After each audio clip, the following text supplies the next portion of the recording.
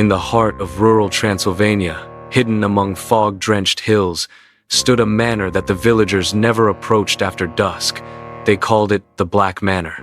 The stories about it were as old as the cobblestone streets of the village. They spoke of a woman in white, chained souls in the cellar, mirrors that trapped faces forever. Children were warned never to look at the manor, even in daylight. Yet, to Edward Hale, a young man from the city, these stories were nothing more than old peasant myths. That arrogance was what led him to the manor, on a night when the moon was swallowed by clouds, and not even dogs dared to bark. Edward had arrived in the village to stay with a friend, Thomas, a schoolteacher. Over wine, Thomas warned him, "Do not go near the manor. People vanish there. Even the bravest hunters do not return." Edward laughed. "Ghost stories for children. Tomorrow I'll prove you wrong." By the next evening, armed with nothing but a lantern, a notebook, and stubborn pride, Edward walked the muddy path that wound through the fields toward the looming silhouette of the Black Manor. From the distance, the building looked like a hollow giant watching him approach. Its windows were like black, lidless eyes. The iron gates were rusted, tangled with ivy. When Edward pushed them, they screamed like dying metal. The sound carried into the night, and he swore he heard movement deep within the trees. The moment he stepped inside the courtyard, the air grew heavier. His lantern flame shivered as if something invisible breathed against it. The cobblestones were cracked. Weeds grew like veins across the earth. An old fountain stood in the center, dry, but the stench of stagnant water still lingered. Then he noticed something. Scratches on the fountain's stone rim, long, uneven, deep like fingernails clawing desperately for escape. Edward forced himself to chuckle. "Animals," he whispered, but his voice did not sound convincing, even to himself. The oak doors opened with surprising ease. Inside, the air smelled of mildew and something metallic, blood, faint but unmistakable. His lantern revealed tattered portraits of grim-faced nobles. Their painted eyes followed him as he stepped onto the rotting carpet. Dust danced in the lantern's glow, yet the air felt unnaturally still. No draft, no insects, just silence. And then, a sound above. Footsteps, soft, deliberate, like someone pacing. Edward froze. The house was supposed to be abandoned. Thomas was right, he thought. There are squatters here, or thieves. Yet something inside him knew. Those footsteps were too slow, too steady, not human.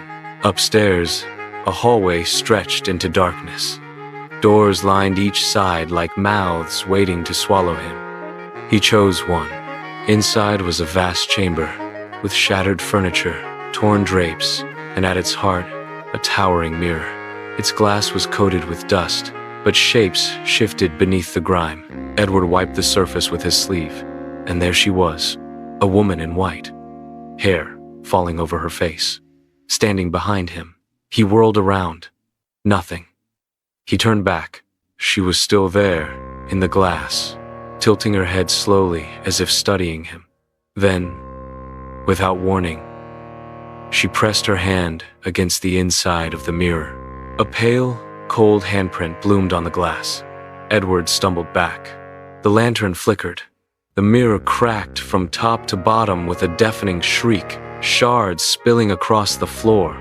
Each fragment reflected her face, dozens of her, all smiling. The door slammed shut. He pulled and shoved, but it wouldn't budge. On the wall, words began carving themselves into the plaster, letter by letter, as though scratched by invisible claws. All who enter, never leave. The letters dripped something dark. He leaned closer. It wasn't ink, it was blood. The door burst open by itself, throwing him backward. He bolted down the corridor, gasping for breath, until he found stairs spiraling down into the cellar. The cellar smelled of rot. His lantern revealed chains bolted to the walls, piles of bones tangled in rusted iron. Then the chains rattled, one by one. From the shadows, hollow faces emerged. Dozens, eyes glowing faint red, their mouths opening in silent screams. A voice, deep and ancient, filled the cellar. "Set us free." The shadows slithered closer, twisting unnaturally, crawling along the ceiling like spiders. Edward ran, crashing into another chamber. At the center of this chamber stood a massive wooden coffin, symbols carved deep into its surface. The lid trembled, as if something inside was moving. Against all reason, Edward approached. His hand reached out. The coffin burst open. Inside lay the woman in white, her skin pale as wax, her eyes wide open. Her lips moved, whispering, "I can see you." Suddenly, she sat upright and lunged, her icy hands clamping around his throat. His lantern fell, smashing against the ground. Darkness swallowed him whole. When Edward regained consciousness, he was lying in the grand hall. His lantern was whole, burning as if it had never fallen. But the portraits were different. They no longer showed stern nobles. They showed twisted, screaming faces, faces pressed against glass, as though trapped behind the canvas. And in one of them, Edward recognized himself. Every room he entered now whispered. Whispers in different voices. Male, female, young, old. Some begged for help. Some laughed. Some screamed. The whispers grew so loud he pressed his hands to his ears, but they seeped into his skull. From the ceiling, drops of blood began falling, staining the carpet. The manor itself was bleeding. Terrified, Edward staggered back toward the mirror room.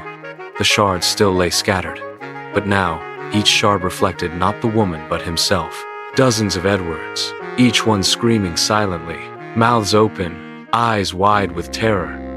He backed away, shaking his head. No, this isn't real. Then one of the reflections moved on its own. Its lips curled into a grin, and it whispered, "Yes, it is." The final embrace. The woman in white appeared again, closer than ever. She no longer hid in mirrors. She stood right before him. Her hair parted just enough to reveal a face, half beautiful, half rotting. She reached out. Her hand touched his chest. His body grew cold, his breath shallow. He could not move. The last thing he saw was her eyes, endless black void swallowing the lantern light. At dawn, the villagers found the manor's doors open.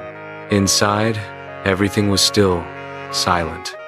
Edward Hale was never seen again, but in the broken mirror shards, a new face appeared among the others. His face, frozen in horror.